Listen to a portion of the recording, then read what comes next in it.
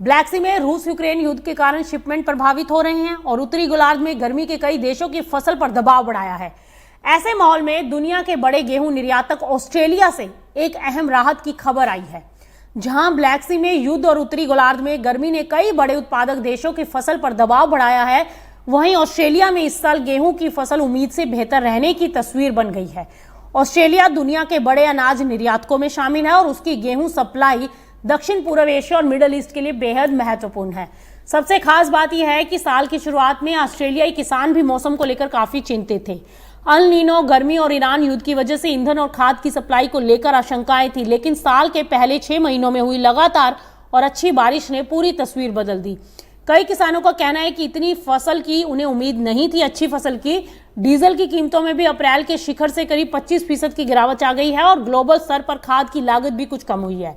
अब इन सब का असर ग्लोबल गेहूं बाजारों पर दिखाई दिया।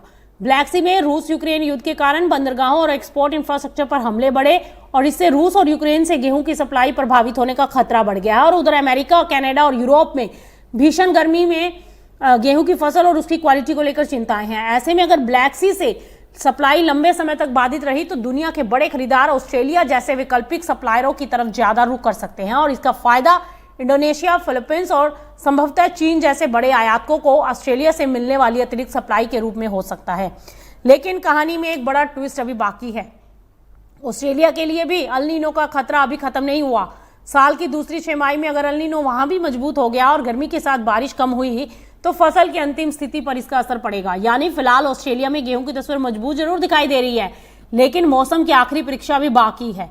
तो कुल मिलाकर दुनिया के कई बड़े गेहूं उत्पादक देशों में सप्लाई घटने की चिंताओं के बीच ऑस्ट्रेलिया ग्लोबल मार्केट के लिए एक बड़ा राहत स्रोत बन सकता है। लेकिन अगर अल नीनो ने ऑस्ट्रेलिया में भी मौसम बिगाड़ दिया तो फिर गेहूं बाजार में सप्लाई का दबाव और कीमतों की कहानी फिर से बदल सकती है।